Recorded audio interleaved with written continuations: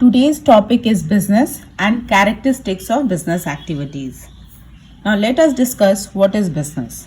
In business, people regularly engage in activities related to purchase, production and sale of goods and services with the view of earning profit. Now, here profit becomes an important factor and the businessman either purchase the goods that he is supposed to sell or they produce the goods and they sell. And exchange of ownership is there from seller to buyer with the view of earning profit. This is known as business. Let's come to the topic characteristics of business activities. So first characteristics is business is an economic activity. So economic activity, I have already told you that economic activities are those activities which are undertaken to earn money. So here it's undertaken to earn money or to earn livelihood. And it is not done out of love, sympathy, affection or other sentimental reasons. Number 2 is production or procurement of goods and services. So every businessman either produce or manufacture the goods or they procure or collect or you can say obtain the goods in order to do the business. So, and services are the facilities offered to consumers like transportation, banking, etc. so that they can get the money out of it.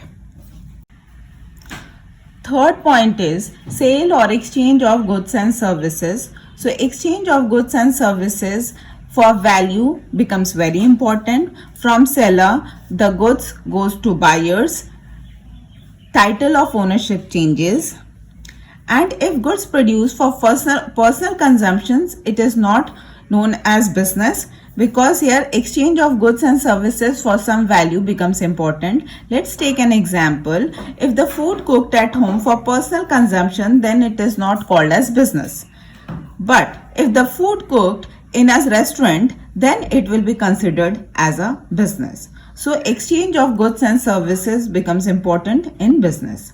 Fourth, dealing in goods and services on a regular basis.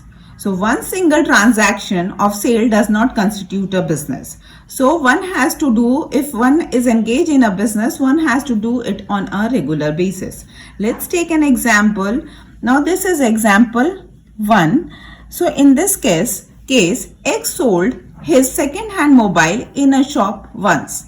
Then this is a one single transaction and this is not constituted as a business.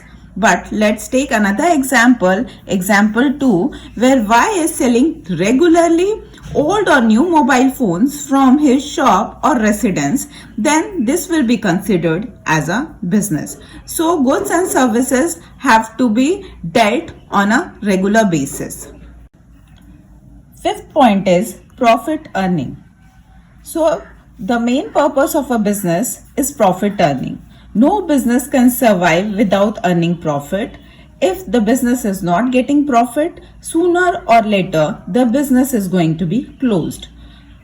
In order to increase the profit, business increases the sales volume, they reduces the cost of production and so on in order to increase the profit.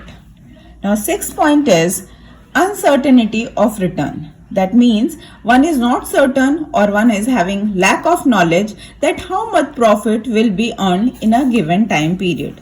So the businessman is not sure that how much they are going to earn for whatever investment they have made.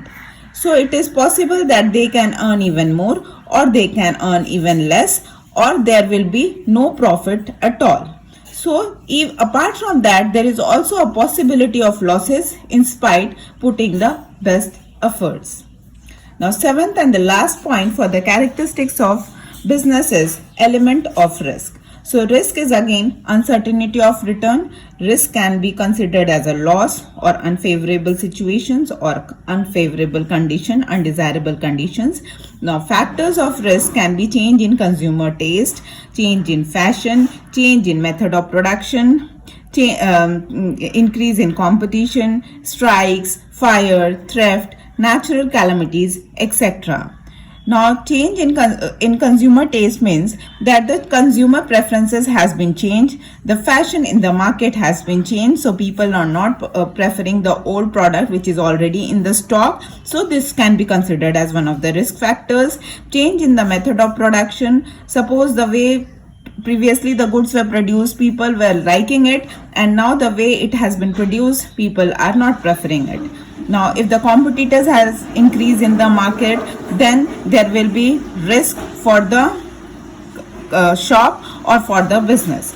Then company employers can go for strikes if they have certain demands. Apart from that, fire, theft, natural calamities, all are considered to be the factors of risk.